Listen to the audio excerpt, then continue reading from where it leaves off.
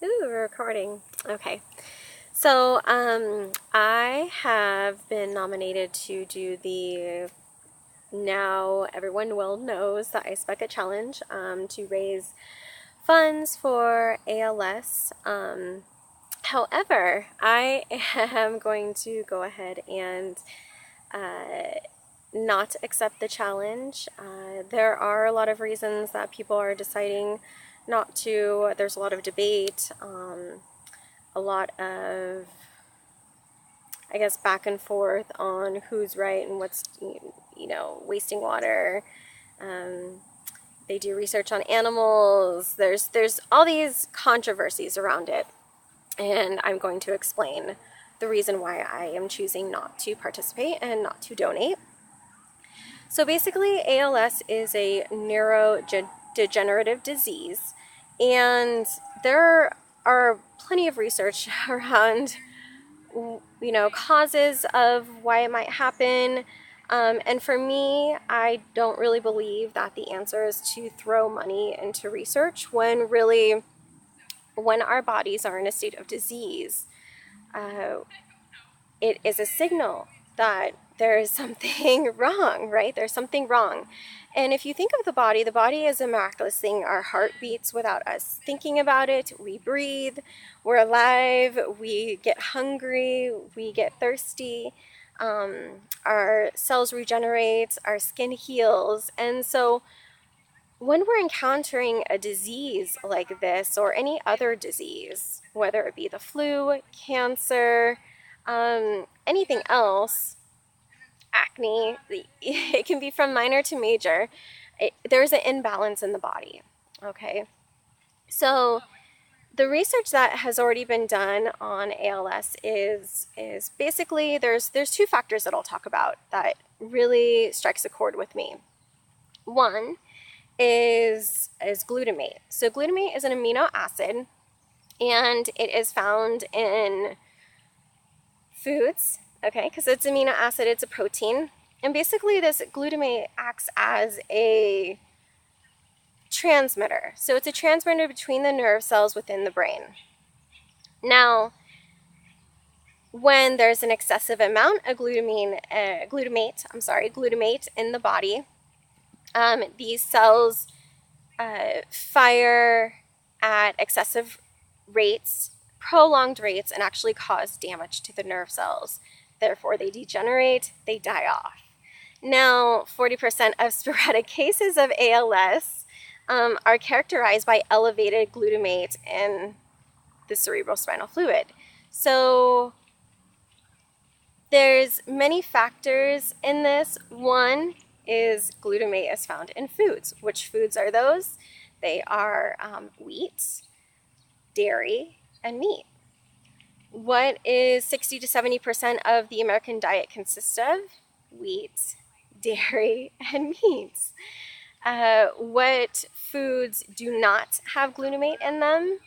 Fruits, vegetables, and some other, I think maybe one source of meat, one source of eggs don't have them or something like that.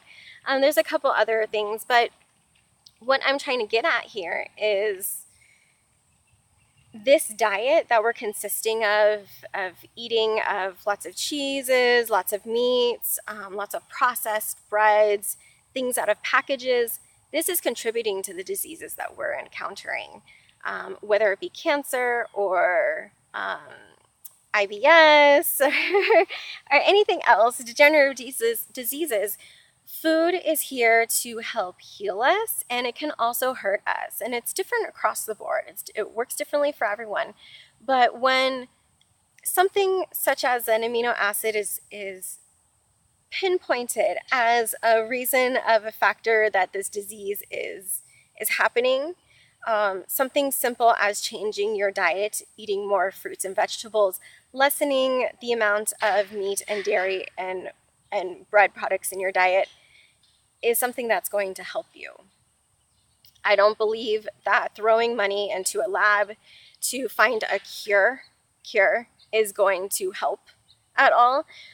We just are prolonging this idea that the answer is outside of us. Okay, It's not outside of us. It's not in science. It's within nature. And it's, I don't know what that is. It's in within nature and it's within us. So the other point of this is the other factor that ALS is basically characterized, comes on as, is inflammation. Things that cause inflammation is bread products. So again, wheat, gluten, all of that, meat, cheeses, and sugar. So this comes big as a summer fundraising, summer event, because most people that I've seen, encountered in my past experiences before I was vegetarian, the majority of foods we eat during the summer are sodas, ice cream, things with cheeses, uh, hot dogs, hamburgers, you name it, it's there. It contains all of these inflammatory foods and that are packed with this amino acid. So it also contributes to a very acidic body, which our body is not supposed to be acidic. We need water to flush it out, and water is actually used as a prop in this fundraising movement instead of really thought of as a resource. And water is a resource. So considering all of that, plus not only is food something that can heal our body, but when there is a disease in the body, the mind, the body, and the soul are all connected. Louise Hay has a wonderful book called I Have It Here, You Can Heal Your Life. In there, she basically states that LAS is due to an unwillingness to accept self-worth, denial of success, and the affirmation for this to change around our thought patterns, which create disease in our body, is I know I am worthwhile. It is safe for me to succeed. Life loves me. So to take a different spin on this, I am not going to throw money at the cure. I'm going to choose a own charity of my choice. I'm going to research it, and probably I'm going to look into something that is more along the lines of sustainable farming, contributing to organic food, maybe safe water access.